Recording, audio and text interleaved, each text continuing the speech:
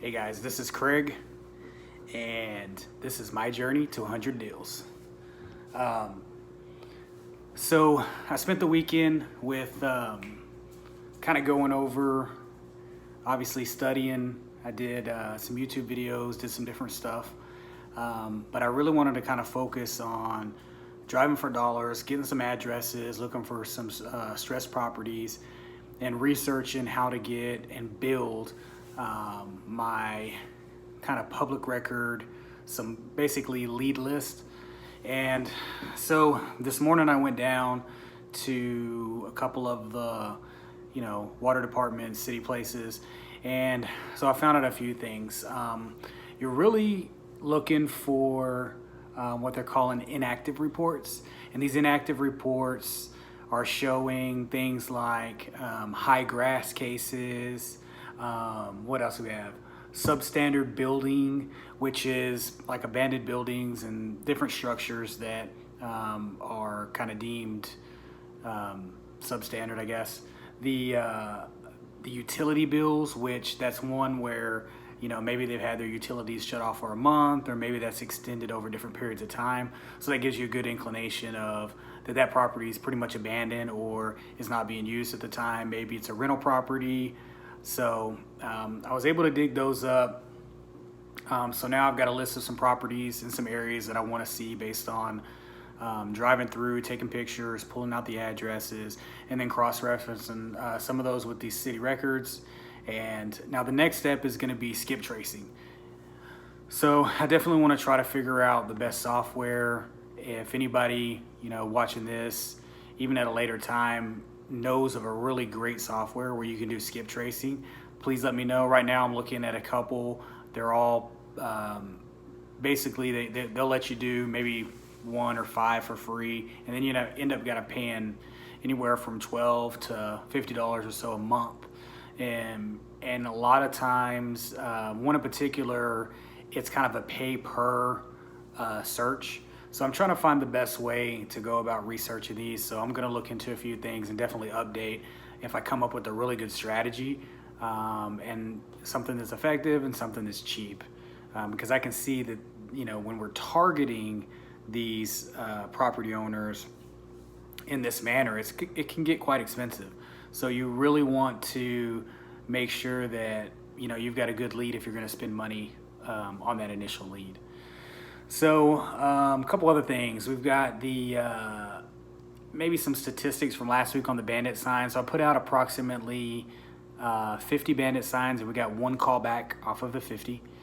So a 1 to 50 ratio. Those bandit signs, I'm getting them pretty much at cost. So if you include the stakes and the information on them and the actual materials, you're coming in somewhere around $3 a piece. So $150 for 1 lead. I'm hoping that those statistics go up a little bit, but as the weeks kind of progress, I'll also update on what we kind of see those statistics as being. The other thing that we were doing primarily, as it kind of pertains to these pre-foreclosure lists, is we were going around to those pre-foreclosure addresses, and I was putting notes on the door. So I did about 70 notes before we got the first call back. So at this point, I'm pretty confident in saying that we're at a 1 to 70 ratio there. And I think that's really going to be a much higher saturated market because, as everybody knows, there's a lot of people sending mailers, postcards, and those type of things out to the same people. The success we had with the one lead that we're still negotiating with is pretty good. He basically said that, he enjoyed the fact that we made it personal, and we literally wrote on there, and we knew about the neighborhood, so we threw a couple things in.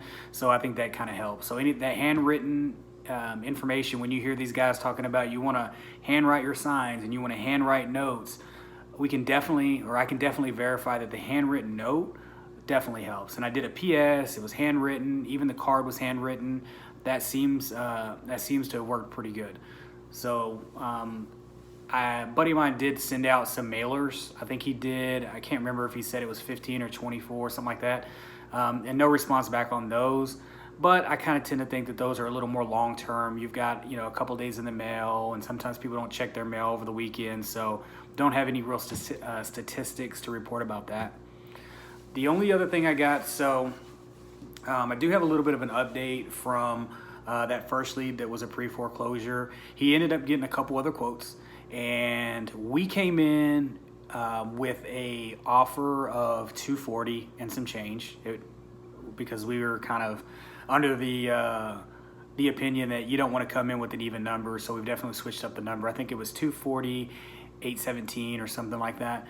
The other offer he got in was at 255, and then he received additional offer for 315. And going back and forth with him, it kind of looks like that may be a sub 2 that they're going to wrap around and sell. So we kind of use that to our advantage and explain to him what was going on there, and he seemed to lean more towards just completely getting out from under the deal instead of still having that marriage, as you would say, in the sub 2. So he said, if you guys can come in closer or beat this 255, then our offer is going to look a lot better. We did build up rapport with them. We were the first one to talk to them. So at this point, we're trying to work on a deal to go back. And basically, the house is showing that it has an ARV of around 325 to 345. So it just depends on, I guess the buyer as far as the investor, the flipper that's going to come in and get it. So I'll keep you updated and see how it goes. He said he's going to make a decision tomorrow, so fingers crossed that could be the first deal. All right, guys. Well, thanks for tuning in last week. This week is going to be another grind. I'm going to try to keep putting out as much information as I can, keep you guys updated. I do have another appointment with a motivated seller Wednesday or Thursday, and I am looking forward to purchasing my first property and making my first deal. So fingers crossed. All right, guys, have a great one.